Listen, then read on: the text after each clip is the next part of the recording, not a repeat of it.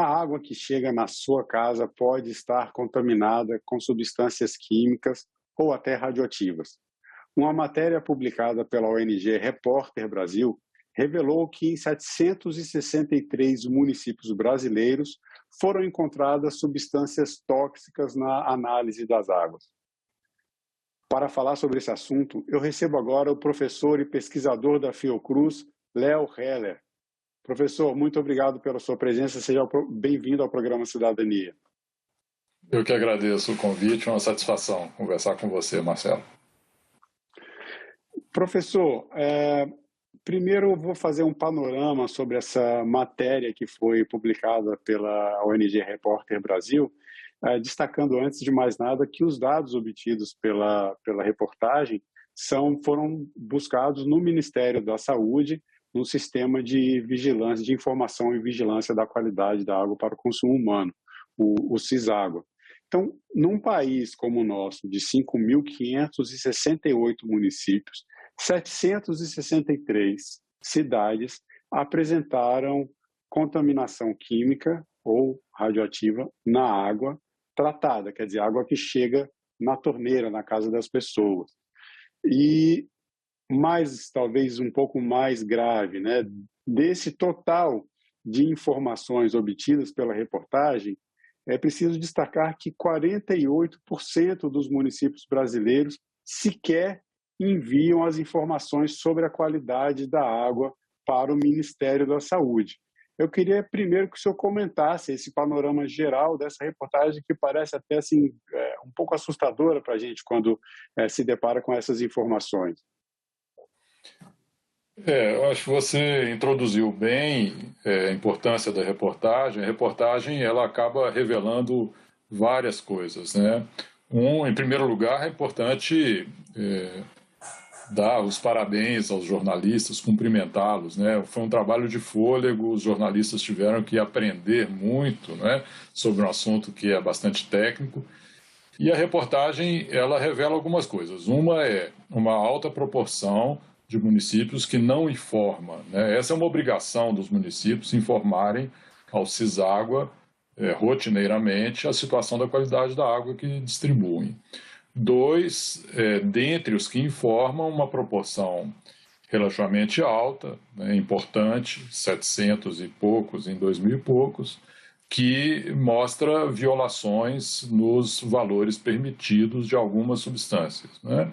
A outra coisa que a reportagem acaba implicitamente nos mostrando é que foi necessário uma ONG de jornalistas fazerem um trabalho que deveria ser um trabalho do governo brasileiro, do Ministério da Saúde, das autoridades sanitárias estaduais e municipais e também dos prestadores de serviços. Essa informação deveria ser uma informação rotineiramente apresentada aos usuários, né, dos sistemas de abastecimento de água. É uma questão de transparência, uma transparência necessária constitucionalmente, não é? Sabemos que não é uma informação simples de ser transmitida, mas é possível que ela seja transmitida de forma adequada, por um lado, deixando o usuário ciente do tipo de água que ele consome, mas por outro lado também sem apresentar uma informação que possa gerar uma reação indesejável, um pânico, um afastamento das pessoas à água que recebe, né? Essas substâncias encontradas na água, a gente que não conhece, né, quando a gente não tem acesso a essas informações, a primeira preocupação que nós temos com a água que chega nas nossas casas é se a gente pode beber essa água, se ela é própria para a gente fazer, para se fazer a comida, né? E aí já é uma preocupação mais com contaminantes biológicos, se não tem bactérias, se não tem coliformes fecais, com essa pureza que normalmente as pessoas se preocupam mais. Mas a matéria traz um outro aspecto que é essa contaminação química. E dessa contaminação química a gente tem alguns elementos que se destacam. Um deles é o trialometano, que que na maior parte, segundo a matéria, é um subproduto do tratamento da água. Quer dizer, está havendo algum problema no tratamento? Por que que esses produtos estão surgindo a partir de um tratamento que, na verdade, deveria estar entregando a água com a melhor qualidade possível para o consumo humano? Bom, primeiro, essa área de qualidade da água e seu efeito sobre a saúde costuma fazer uma divisão entre as substâncias e seus efeitos em aquelas substâncias que provocam efeitos agudos e aquelas que provocam efeitos crônicos, né? Os efeitos agudos, ou seja, você toma água e imediatamente tem um problema de saúde, né?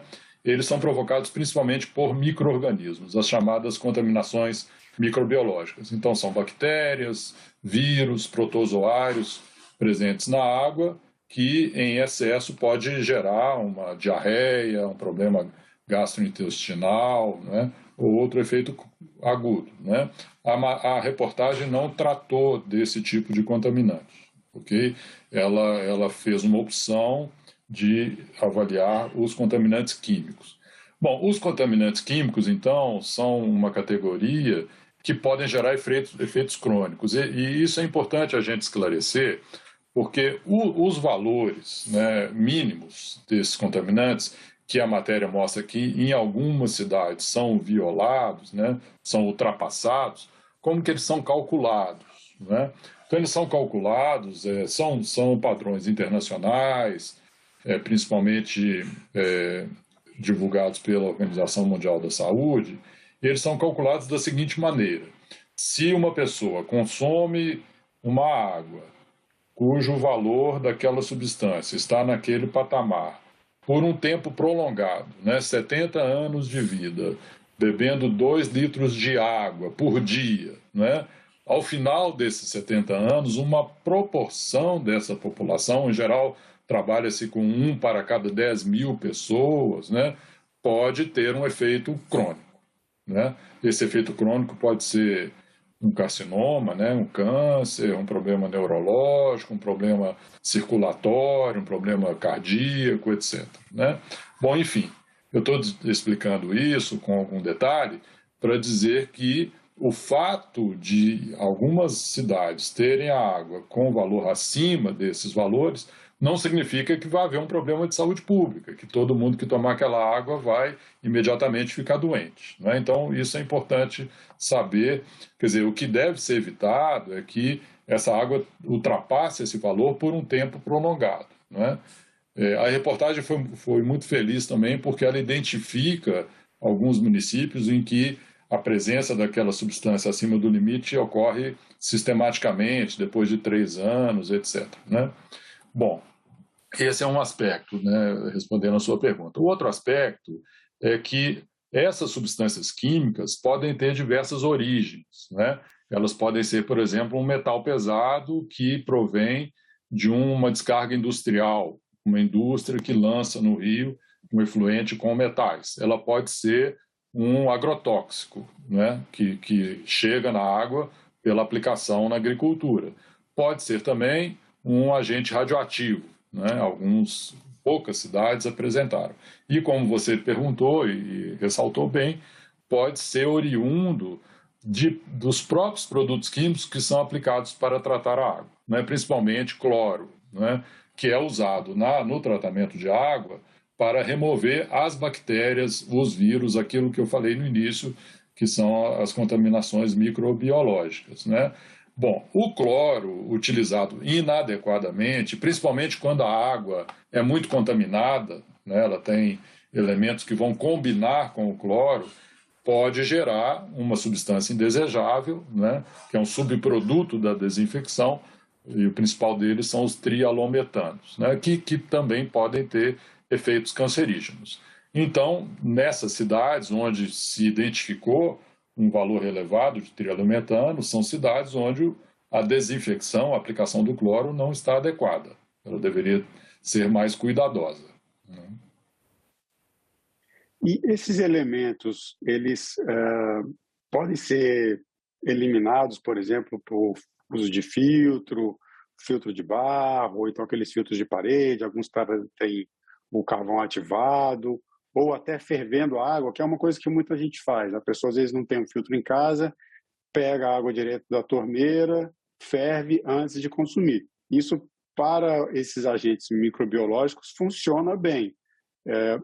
Funciona também no caso de metais e no caso de esses outros contaminantes que foram apresentados na matéria? Esses tratamentos domiciliares funcionam melhor para remover agentes microbiológicos, né, bactérias. Então, um dos processos é filtro, né? Então, a água passa por um meio filtrante ou uma vela, ou esses filtros industrializados têm diferentes tipos de meio filtrante, areia, outras substâncias granulares, né? E aí as bactérias ficam retidas, né? É muito interessante, quem tem filtro de barro em casa, né, que tem aquela vela no interior, percebe que ao longo do tempo a vela fica suja, né? Essa é a expressão utilizada. Na verdade, forma-se em torno da vela uma película biológica, né, gelatinosa, às vezes a gente tem que lavar frequentemente, e essa película tem uma função muito eficiente de reter bactérias, né, e outros micro-organismos, protozoários, por exemplo. A fervura também. A fervura, ela tem esse efeito, né, de remover bactéria pela elevação da temperatura, por um tempo prolongado, etc. A pergunta que você faz é muito difícil de responder. Se esses mesmos processos também removem os contaminantes químicos. Por que é difícil responder? Porque são muitos contaminantes químicos diferentes, né? Cada um tem um comportamento diferente no tratamento da água, na filtração, na fervura. Eu diria que, de uma maneira geral, a resposta é não, né? Eventualmente, uma ou outra substância pode ser removida, por exemplo, em um filtro de carvão ativado, né? O carvão ativado tem outro efeito, efeito de adsorção, né? Mas eu seria muito irresponsável se eu respondesse: fiquem tranquilos, né? Com um filtro em casa, todas as substâncias químicas estarão removidas. Não estarão, não estarão. Algumas poderão não ser removidas. A gente vai conversando aqui sobre o assunto, é um tema bastante delicado, um tema importante, porque a gente está falando de água, e quando a gente fala de água, a gente fala não só de qualidade de vida, mas a gente fala da própria vida, né? Então, é importante que as pessoas entendam que não há um motivo de um pânico a partir dessa reportagem, mas que também, por outro lado, cobrem o poder público, cobrem a sua prefeitura, cobrem as empresas que abastecem as cidades com água, para que os dados sejam fornecidos, para que o acesso às informações sobre a qualidade da água que nós consumimos esteja disponível para toda a população, porque, afinal de contas, esse é um direito. Professor, agora eu vou passar para uma pergunta que é uma pergunta até delicada de se fazer, uma pergunta que a gente pode estar tocando num ponto um pouco polêmico. Entre os produtos químicos que foram encontrados nessas análises, existe o nitrato, que foi um dos mais comumente encontrados, os trialometanos, que nós já conversamos agora, que podem ser até subproduto desse tratamento da água que é feito com cloro. No caso, a quantidade de derivados de agrotóxicos ou de agrotóxicos encontrados na água, e inclusive em mananciais, também chama a atenção e é um dos destaques da reportagem. A minha pergunta sobre isso é: será que a gente está diante de um dilema entre produzir alimento e ter água limpa, água de qualidade? Será que é possível a gente ter uma produção agrícola, ter uma produção de alimentos sustentável com menos agrotóxicos? Ou será que eles estão sendo aplicados de maneira errada? O que é que está causando isso? Como que a gente consegue equilibrar, né, uma produção agrícola com a manutenção da qualidade da água que chega à torneira da casa das pessoas? Esse é um ponto muito importante, né? Existe hoje uma grande preocupação por parte de muitos estudiosos no tema dos agrotóxicos em relação ao uso dessas substâncias no Brasil, né? O Brasil tem sido cada vez mais permissivo em relação ao uso dos agrotóxicos, né? Tem sido liberadas liberado o uso de muitas substâncias que são proibidas em outros países, né? A fiscalização não é adequada, existe uma tolerância crescente e muito preocupante em relação ao uso dos agrotóxicos, né? Eu penso, não tem muita pesquisa sobre isso, mas eu penso que a presença na água é uma das faces mais preocupantes, né, desse uso dos agrotóxicos. E é bom lembrar que, né, é uma hipótese que eu tenho, é que talvez o problema seja ainda mais grave do que a reportagem aponta, né? Porque os agrotóxicos não estão presentes o tempo todo, eles não são aplicados todos os dias, né, na agricultura. Então, muitas vezes, coleta-se uma amostra da água em um período em que não há aplicação de agrotóxicos, né? Se nós quisermos ir atrás da presença dos agrotóxicos nas águas, a gente teria que combinar a amostragem da água com a aplicação no setor agrícola, né? Então, em momentos em que chove menos, em que há mais risco de pragas, etc., né? Então, eu suspeito que o problema seja ainda maior, né? Bem, não creio que haja um dilema, não é? Se nós pensarmos na produção agrícola no Brasil, nós temos diferentes tipos de culturas agrícolas. Tem um tipo que é do agronegócio, né? Que são culturas em larga escala, em geral monocultura, né? Então utiliza-se uma extensão enorme dos terrenos para produzir, por exemplo, soja, milho, e muitas vezes nem para nosso consumo, né? Muitas vezes orientados para a exportação. E existe a agricultura familiar, que responde talvez por mais da metade da produção dos alimentos no Brasil. A agricultura familiar, em geral, né, muito cuidadosa com o uso desses produtos, né? Quando usa racionalmente, sem desperdícios, né? Mas, em geral, uma parte da agricultura familiar, inclusive, é a agroecológica, né? Essa nem usa os produtos. Uhum. Então, é possível produzir alimentos minimizando ou até eliminando o uso dos agrotóxicos, né? Basta que haja racionalidade, que haja responsabilidade nessa aplicação, né? Então, como eu disse, é muito preocupante essa situação, não é? Não acho que haja uma contradição entre produzir alimento e preservar a qualidade da água, mas há que ter mais cuidado, mais responsabilidade. É um tema que me preocupa muito. Eu acho que talvez seja, dentre os contaminantes químicos da água, aquele que mais preocupação levante. E no que diz respeito ao tratamento da água, eu vou fazer aqui um paralelo com uma crítica que se faz ao sistema de saúde, isso tanto o sistema de saúde privado quanto o sistema público, de que o nosso sistema de saúde seria muito focado no tratamento da doença e não na prevenção, que seria mais benéfica para a saúde e para a população, inclusive até em termos econômicos. No caso da nossa água, essa contaminação, por exemplo, dos subprodutos do tratamento, um tratamento que é necessário, feito com cloro e que acaba gerando, pela reação química com micro-organismos, produtos derivados que geram um tipo de contaminação química, que também, claro, não é desejável. O poder público está falhando em proteger os mananciais e as fontes? Será que a gente está no caminho errado, no caminho até mais caro do que o que seria se houvesse uma proteção maior das fontes de abastecimento de água? Eu não tenho dúvida disso, de que nós deveríamos proteger mais os nossos mananciais. Estamos falhando com isso, né? Não proteger os mananciais tem várias consequências nocivas. Uma é essa que você cita muito bem, né?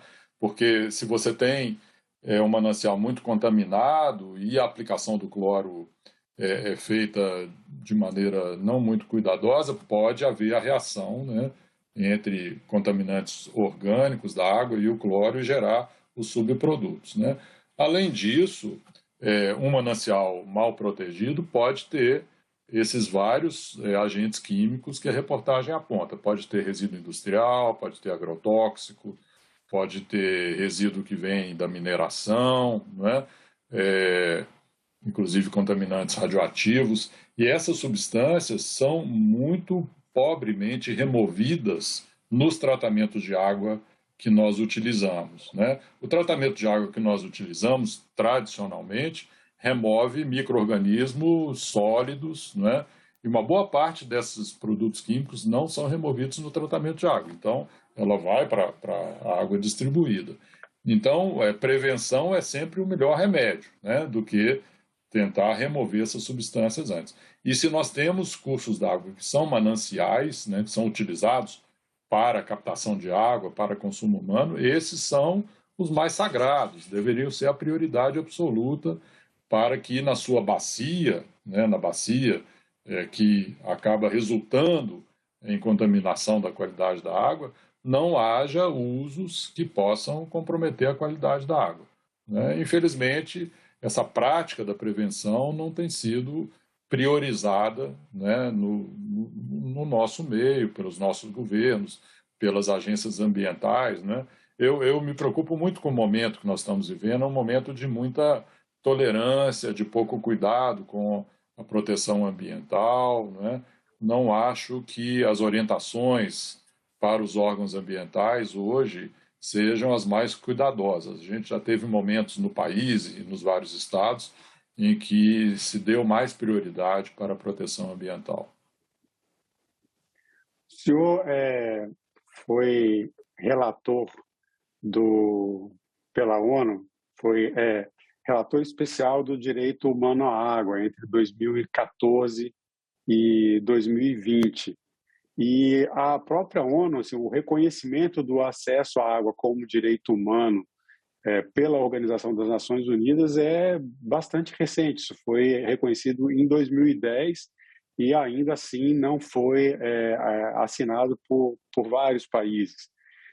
O que essa experiência traz para a questão do gerenciamento dos recursos hídricos no Brasil e o que significa para a população, né, mundial, eu diria, o reconhecimento desse direito humano e se essa ausência da assinatura de vários países indica que a gente possa estar caminhando para conflitos em relação ao acesso à água no futuro breve. Em 2010, né, houve a aprovação pela Assembleia Geral da resolução que reconhece os direitos humanos à água e ao saneamento, né? Nessa votação, 123 países votaram a favor, o Brasil foi um deles, o Brasil foi um entusiasta dessa resolução na época, né? A resolução foi apresentada pelo governo da Bolívia. Então, 123 votaram a favor, 41 se abstiveram, né? Nenhum votou contra. As abstenções tiveram várias motivações, né? Alguns protestaram contra aspectos mais formais de encaminhamento da resolução, né? Outros não, outros países, Estados Unidos, Canadá, os países de linhagem mais anglo-saxão, né? Inglaterra, Austrália, falavam, olha, vocês não têm que me ensinar aqui que eu vou fazer, isso é uma questão da soberania do meu país e o país que decide. São países que têm muito essa noção de deve ter uma baixa influência, né, dos órgãos internacionais. Mas, independente disso, foi muito importante a aprovação dessa resolução, né? Ela colocou em cena para o setor de água, para o setor de direitos humanos, que fornecer água e prover serviços de esgotamento sanitário deve ser feito perante ou sob o marco dos direitos humanos, e o que tem várias implicações, né? Por exemplo, a gente está falando hoje de qualidade da água. Qualidade da água é um tema central no fornecimento de água, perante o marco dos direitos humanos. Mas eu acho que o princípio mais importante desse marco é o princípio da não discriminação, da igualdade e não discriminação, né? Que vai dizer que ninguém pode ser tratado de forma discriminatória quando falamos do acesso à água e ao esgotamento sanitário, né? E os vários países, eu como relator visitei vários países, fui exposto a várias situações, né, por denúncias, por correspondências, etc., A minha percepção é de que esse padrão de discriminação é um padrão presente em quase todos os países, ou praticamente todos os países. Então, se você compara nos países, por exemplo, o acesso à água ou esgotamento sanitário da população urbana com a população rural, você vai perceber que a população rural é sempre deixada de lado. Se você olha as cidades e compara as áreas tradicionalmente urbanizadas com os assentamentos informais, a mesma coisa. Quando existem estatísticas que mostram isso, desagregamos a população de acordo com a faixa de renda ou faixa de educação, nós vamos perceber que quanto mais rico, melhor o acesso, etc., né? Em outras palavras, quem mais precisa, né, de uma água para proteger sua saúde é quem menos tem, né?